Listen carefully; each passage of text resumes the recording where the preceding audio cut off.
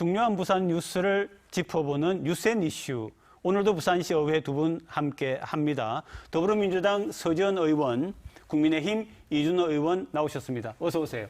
네. 반갑습니다. 지난 주말 절대 일어나서는 안 되는 일이 일어났습니다. 영상 보고 얘기 나누시죠.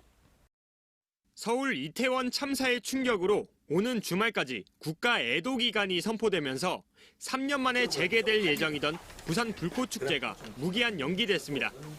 11월 행사는 일단 정규 취소를 하고 그 이후에 상황과 여건을 봐가면서 새롭게 준비를 하도록.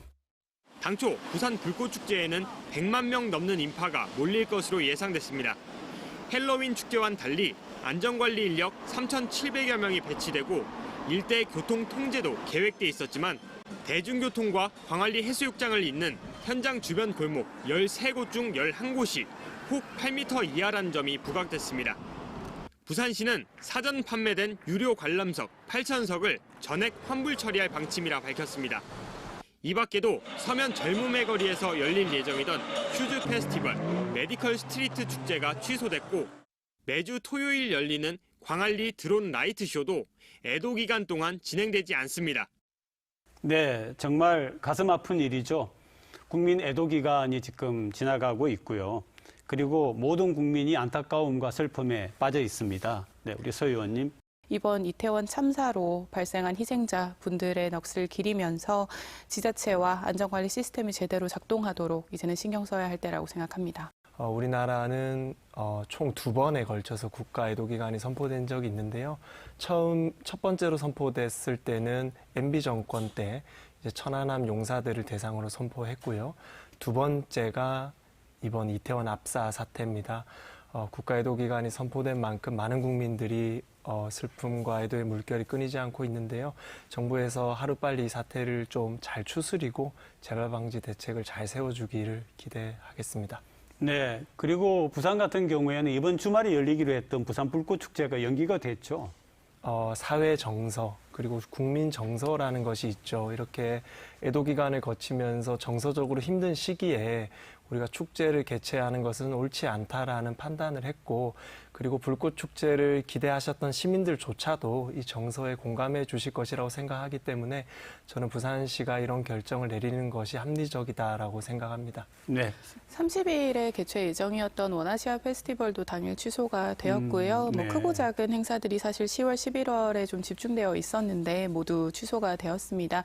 사실 3년 만에 엔데믹을 기념하면서 시민분들께서는 좀 해방감도 느끼시고 가족과 이렇게 가을밤의 정취를 느끼기 위해서 많이 준비들을 하셨을 텐데 아무래도 이번 사태가 참사인 만큼 국민 애도 기간에 모두가 함께 참여해 주시면서 지자체의 입장에서는 더욱더 한 번 더 점검할 수 있는 시간을 가질 수 있을 것이라 생각합니다. 만약에 이번 주말에 그대로 열렸다라고 우리가 가정을 한다면 우리 부산시가 가지고 있던 그런 어떤 교통 대책이나 안전 대책 같은 것들이 좀 충분했다고 생각하시는지요? 어떻습니까? 네, 일단 부산시 같은 경우에는 100만 명 이상이 모이는 행사를 예상했기 때문에 네. 모든 인력을 다 투입해서 대비를 해놓은 상태였습니다.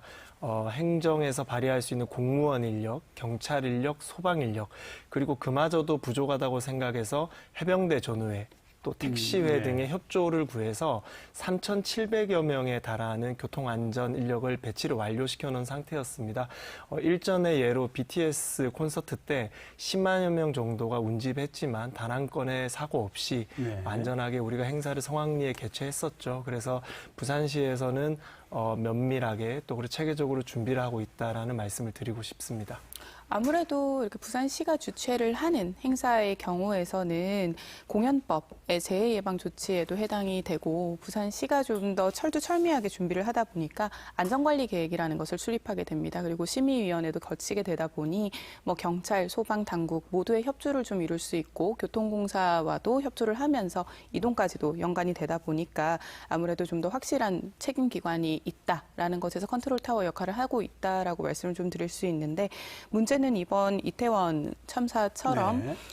주체나 책임지는 기관이 없을 때 발생하는 재해 나 재난에 대한 부분의 관리일 것입니다. 이 부분에 대한 것도 부산시는 좀 더 공통되고 일관된 매뉴얼이 적용될 수 있게끔 이런 특별 재난 상황에 대한 관심도 이제는 더 기울여야 할 때라고 생각합니다. 지난번에 왜 BTS 그 공연이 있을 때 처음에는 아시아드 주 경기장이 아니라 기장 쪽으로 해가지고 한다라고 했을 때 사실 이 안전 문제에 대한 우려가 굉장히 많이 나오고 그래서 결국은 변경이 되었는데 만약에 그대로 됐을 경우로 생각하면 어땠을까는 좀 아찔한 생각이 좀 있어요. 그리고 또 그전에 비가 굉장히 많이 왔을 때 초량일 지하차도에서도 우리가 일어나서는 안 되는 일이 일어났지 않았습니까? 그렇게 볼 때에 과연 그대로 부산이 가지고 있는 여러 가지 대책들이 믿을 수 있겠는가 이런 생각이 좀 들긴 하더라고요. 저는 부산시에서 위험시설 전수조사를 해야 된다고 생각합니다. 부산 전역에 걸쳐서 시민들의 생명을 위협할 수 있는 그런 시설들을 다방면으로 우리가 점검하고 정말 위험시설을 또 개선하는 사업을 추진해야 된다고 생각하고요. 그리고 사고 다발 구역에 대해서 시민들께 사전에 고지를 할 수 있는 어떤 시스템을 만들어서 시민들이 안전을 미리 예방할 수 있는 그런 정보를 제공해 주면 좋을 것 같다라는 생각을 하고 있습니다. 부산시는 안전도시 추진에 관한 조례도 있고 안전관리위원회도 구성이 되어 있습니다만 이런 불꽃축제 같은 경우에서도 안전사각지대를 좀 더 살필 필요는 있습니다. 예를 들어서 불꽃축제를 광안리에서만 보지 않으시고 사실은 마린시티나 용호동 이렇게 좀 더 해변이 가까운 곳에서도 많이 즐기지 않으십니까? 그렇죠. 그런 곳에서 뭐 테트라포트 위에 올라가서 보신다든지 혹은 방파제나 요트에 승선해서 보실 때 생길 수 있는 안전 그리고 낙상 사고에 대한 부분도 얼마나 면밀히 챙기느냐에 따라서 미리 막을 수 있다라고 생각을 합니다. 거기다가 이제 필요한 게 기관 간의 이렇게 유기적인 연결이 필요한 것 같아요. 시, 구청, 또 경찰, 소방 이런 것들이 이번에 좀 잘 정비가 이제는 되겠죠. 이번 이태원 참사에서 볼 수 있었던 소음 규제라든지 밀집도 기준을 좀 마련하는 것이나 일방 통행을 좀 원칙으로 한다든지 이러한 좀 세밀한 규칙들이 필요한 상황입니다. 그래서 이제는 좀 추가적으로 기관 간의 통합뿐만 아니라 규칙에 대해서 조금 더 고민해야 될 차례입니다.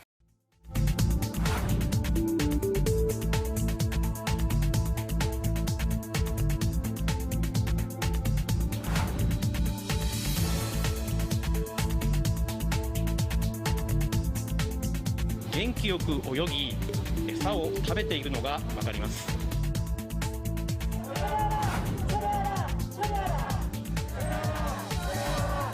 태평양을 돌고 해류를 타고 부산 경남을 중심으로 해서 어민들과 우리 시민들의 생명과 안전 그리고 먹거리를 위협하게 될 것입니다.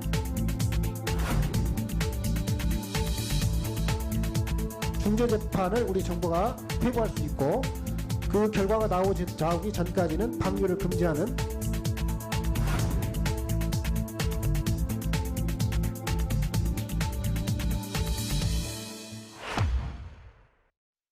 일본이 후쿠시마 오염수로 키운 광어를 이렇게 개방을 해가지고 일본 네티즌들 사이에서 지금 난리가 났거든요. 그런데 일본은 오염수가 문제 없다고 하지만은 믿을 수 있을까요? 사실 일본 정부는 후쿠시마 사태가 일어나고 난 이후에 정부가 주도를 해서 후쿠시마산의 식수나 식품을 먹으면서 응원하기라는 캠페인을 펼치고 있습니다. 네. 자국민들 사이에서도 이제 내국 관광을 좀 더 활성화시키고 후쿠시마산이 문제가 없다, 오염수가 문제가 없다라는 것을 불안감을 좀 종식시키기 위한 정부 주도의 캠페인이 일어나고 있는데요. 이뿐만 아니라 대내외적으로도 굉장히 선택적인 정보를 공개하고 있습니다. 주요 방사능 수치에 대한 부분은 모두 비공개로 하는 등 정보 제공에서도 굉장히 신뢰할 수가 없기 때문에 국민의 불안감은 더욱더 늘어나고 있는 것이고 우리는 이 오염수가 안전하다라는 것을 믿을 수가 없는 상황입니다. 네, 옛말에 돌다리도 두들겨보고 건너라는 말이 있죠. 그렇죠. 네, 단 1%의 위험에 처할 가능성이 있다면 우리나라 정치인들은 이 문제에 대해서 결사적으로 반대를 해야 된다고 생각합니다. 이것은 경제 문제도 아니고 환경 문제도 아니고 국민의 생명과 목숨이 위태로울 수도 있는 문제이기 때문에 일본에서 발표한 자기적인 아주 그런 괜찮다는 발표에 대해서 우리 정부는 계속적으로 의심해야 되고 오로지 우리 국민의 생명만 보고 또 국제사회와 일본의 이런 우려를 지속적으로 표현해야 된다고 저는 생각합니다. 진짜 이제 내년 4월로 지금 알려져 있는데 방류가 이루어졌다. 그럼 우리 부산에 미치는 영향을 어떤 식으로 보고 있습니까? 후쿠시마 오염수가 방류가 됐을 때를 가정을 네네. 했을 때 아무리 ALPS라는 제거 설비를 이용을 해서 어느 정도 안전성을 만든다고 할지라도 가장 네. 문제가 되는 것은 지금 삼중수소의 문제입니다. 그렇죠. 삼중수소 같은 경우는 완전하게 사라지지가 않을 것이고 이를 희석해서 방류한다고 해도 결국 총량은 같기 때문에 네. 그에 대한 불안감을 저희가 호소하고 있는 것인데요. 삼중수소는 뭐 DNA 손상과 생식 기능을 악화시킨다라고 합니다. 만약에 이 삼중수소가 미량이라도 우리가 먹을 수 있는 이 해양 생태계에 침입을 하게 된다면 암을 포함해서 이제 유전성 질병까지도 우려를 할 수가 있게 됩니다. 그 불안감이 결국은 소비를 동결시키게 되고 그렇죠. 그것이 결국은 수산물이나 이제 해양 생태계에 관련된 모든 업종을 마비시키게 되는 사태가 벌어질 것입니다. 일단 수산물과 바닷물에 대한 엄청난 공포감이 확산될 것입니다. 첫 번째로 수산물에 대한 불신은 수산업과 어업 그리고 자영업을 하시는 분들의 경제 상황의 붕괴를 가져다 주게 될 것이고요. 그리고 바닷물에 세슘과 요오드가 방사능이 아닌 다른 이유에서 검출되더라도 우리는 그것이 방사능으로 인해서 검출되었다고 생각을 하게 될 것입니다. 그래서 우리가 아주 정서적으로 방사능에 대한 공포감을 가지고 생활해야 되기 때문에 정말 일상적인 생활이 불가능한 수준의 이런 환경에 놓이게 될 것이다라고 저는 진단하고 있습니다. 지금 이제 전문가들 얘기가 후쿠시마 오염수가 방출이 되고 나면 한 220일 정도 만에 제주도에 그리고 한 400일 정도 만에 서해까지 그 오염수가 온다라고 하는데 우리 정부가 여기에 대하여서 과연 제대로 대책을 세우고 있는지 잘 모르겠어요. 저 또한 구체적인 대책이 없는 것 같아서 좀 네네. 안타까운 입장입니다. 사실은 굉장히 많은 절차별로 해서 지금 준비가 들어가야 하는데 과학적인 접근과 또 외교적인 접근으로 나누어서도 대책이 나와야 하는 상황입니다만 아직은 그렇게 적극적인 움직임이 보이지 않는 것 같습니다.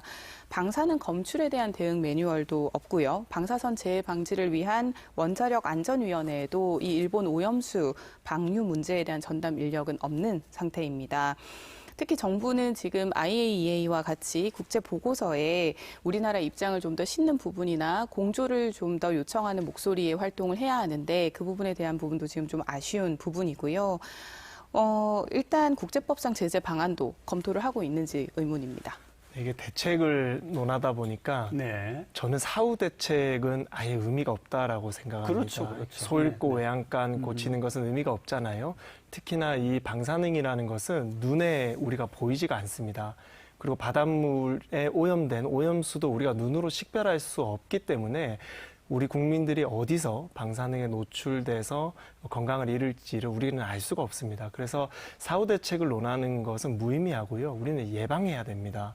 정말 정부에서 일본이 해양 오염수를 방류하지 못하도록 우리는 예방해야 되는 것이고요. 그리고 서지현 의원님 말씀하신 것처럼 우리가 국제법을 잘 활용해서 정말 국제사회에 큰 도움을 받아서 일본이 해양 오염수를 방출할 수 없도록, 방류할 수 없도록 우리가 최선을 다해서 예방해야 된다고 생각합니다. 지금 이제 정부가 대책이 약간 미온적인 상태에 있는데 실제로 이 오염수 방출이 이루어졌다라고 할 경우에 부산은 치명적 아닙니까? 지속적으로 말씀드리지만 경제와 환경의 문제가 아니고요. 저는 국민의 생명을 위협할 수 있는 안보 문제라고 생각합니다. 우리가 군사적으로 충돌할 때만 안보를 논할 것이 아니고요. 국민의 생명을 위협하는 어떠한 행위는 다 안보 문제로 봐야 됩니다. 그래서 정부가 안보 차원에서 이 건은 일본과 적극적인 대화를 해야 된다라고 생각합니다. 레고랜드발 자금 경색이 부산 지역 경제에도 부정적인 영향을 미치고 있습니다. 영상 보시죠. 최근 2, 3년 동안 부동산 가격이 급등하자 여기저기 재건축, 재개발 사업들이 활기를 띠면서 이제 막 건설사를 선정하고 본격 추진에 돌입하려는 시점입니다. 그런데 부동산 PF 시장의 문이 완전히 닫혔습니다. 상당수 현장이 모두 멈춰설 우려가 큽니다. 사업 자금을 구하는 것 자체가 어려워지고 있다는 점이거든요. 그래서 이런 상황이 이어진다고 하면 건설사들이 지금 또는 앞으로 추진한 사업들의 진행이 불가할 수 있다. 기업 대출은 말할 것도 없습니다. 금리가 이미 너무 올라버렸고 고금리 대출을 받으려 해도 조건을 맞추기 어렵습니다. 자금 조달처가 제한적인 지역기업 입장에서는 자체적인 대응이 어려운 상황이라 위기 극복을 위한 정책 자금 지원이 좀 필요하고 전문가들은 채권 시장에서 붙은 불이 건설업계로 다시 금융업계로 번지는 최악의 상황을 우려하고 있습니다. 네, 그런 대책에도 불구하고 지금 뭐 이 심리적으로는 굉장히 불안하잖아요. 아무래도 지금 삼중고 상황이지 않습니까? 고금리의 고유가의 고환율 상황입니다. 이 상황에서 미분양 사태까지 속출하다 보니까 이 자금 경색이 일어나게 된 것이고 부동산 PF 대출이 부실화가 되는 것인데 결과적으로는 이 부동산 PF 대출의 부실화가 금융시장으로 옮겨붙는 것에 대한 우려가 굉장히 큰 상황입니다. 그렇죠. 결국은 근본 체질 개선이 문제가 되어야 할 것입니다. 지금 어느 정도 심각한 상황이냐면요. 한간에는 대한민국 최대 규모의 건설사인 롯데건설이 부도가 날 수 있다라는 전혀 근거 없는 루머까지도 이렇게 인터넷상에서 좀 양산되고 있는 실정입니다. 그래서 주요 개발사나 건설사의 주가만 살펴보더라도 평균적으로 2%에서 5%까지 일제 하락하고 있습니다. 그래서 투자자들이나 또 주주들의 불안 심리가 어느 정도로 유지되고 있는지를 알 수 있는 거고요. 하지만 다행스럽게도 정부에서 50조에 해당하는 이런 자금 유동성을 발표를 했죠. 그래서 저는 정부의 강력한 메시지가 분명히 시장에 영향을 줄 것이다. 그래서 곧 이 사태가 진정될 수 있을 거다라고 판단합니다. 근데 우리가 지금 부산 지역에서 가장 걱정을 해온 거는 뭐 전국적으로 특히 수도권이 뭐가 잘 되고 있어도 사실 부산 경제는 굉장히 어렵다 이렇게 이야기를 해왔는데 이번 사태 같은 경우에 부산 지역에 주는 영향은 굉장히 부정적 아닙니까? 정부에서 긴축 재정을 펼치겠다고 하면서도 이렇게 갑자기 금융 완화를 좀 시키면서 50조 규모 이상을 이렇게 풀 때에는 그 정도로 시장의 규모가 크기 때문에 그 정도의 현금 유동성이 필요하다는 것인데 지자체가 부담하기에는 너무나 큰 규모입니다. 그래서 중앙정부에서 이 부분은 사실은 규제 분야에서도 완화를 시키고 공적 금융 완화를 좀 시키면서 동시에 좀 과감하고 신속하게 결단이 필요한 상황이고 부산시의 입장에서는 주도적으로 금융 완화를 하는 것보다 전수조사나 실태조사를 통해서 어느 정도의 지원이 필요한지 지자체별로의 그 금융 완화가 필요한 규모 그리고 규제 완화가 필요한 부분을 적극적으로 정부와 소통하는 그런 자세가 필요할 것으로 보입니다. 지금 말씀을 들어보니까 부산시 자체로서 어떤 자금을 조달한다든지 그런 게 아니라 어떤 어려움들이 실질적으로 있는가라고 하는 것을 파악을 해서 중앙정부의 자금 조달에 어떤 정책하고 연계를 하는 게 좋겠다 이런 말씀 같은데요. 네, 저는 이제 근데 또 서 의원님 생각이랑 조금 다른 게 이제 이과적으로 풀 때도 있지만 저는 이 문제는 좀 문과적으로 푸는 게 더 좋을 것 같아요. 이제 윤석열 정부에서 50조 발표를 한 것은 어떠한 부동산 시장의 담론을 주도하겠다라는 거거든요. 이제 지자체가 포기하더라도 정부가 포기하지 않겠다. 그러니까 안심해라라는 어떤 거대 메시지를 던져준 거라고 생각합니다. 그래서 앞서 말씀드린 것처럼 우리 부산 또 부동산 위기에서 벗어나기 위해서 박형준 시장의 메시지가 동반되어야 된다고 저는 계속적으로 주장하고 있는 것입니다. 철저히 이 부분은 경제적이고 이과적으로 보아야 하는 상황입니다. 지금 부산의 건설업계들도 PF 대출이 어려운 상황입니다. 최근에 한 건설사 같은 경우는 3천억 규모의 부지를 담보로 대출을 신청을 했는데 거절당한 사례가 있었죠. 자금이 시장에서 돌지 않으면 부도가 생기게 됩니다. 건설사의 부도는 그 하청이나 그리고 자재업계에 대한 부도까지도 이어지고요. 이 부분은 지금 지극히 규제 완화 그리고 미분양 해소 그리고 공적 금융 완화를 통해서 신속하게 정부가 주도해서 이끌어야 되는 대목입니다. 뭐 이과적인 해결책은 당연히 선행돼야 되는 거고요. 거기서 이제 시장을 주도할 수 있는 어떠한 결정권자의 메시지들이 충분히 동반되어야지 저는 이 부동산 시장과 건설 시장이 안정화될 수 있다고 생각합니다. 네, 어쨌든 뭐 굉장히 큰 어려움이 닥쳤지만은 우리 시의원님들도 시의회 차원에서도 노력을 좀 많이 해주셔가지고 부산 경제가 다시 살아나는 데 지장이 없도록 좀 부탁을 드리겠습니다. 오늘도 고맙습니다. 네. 감사합니다.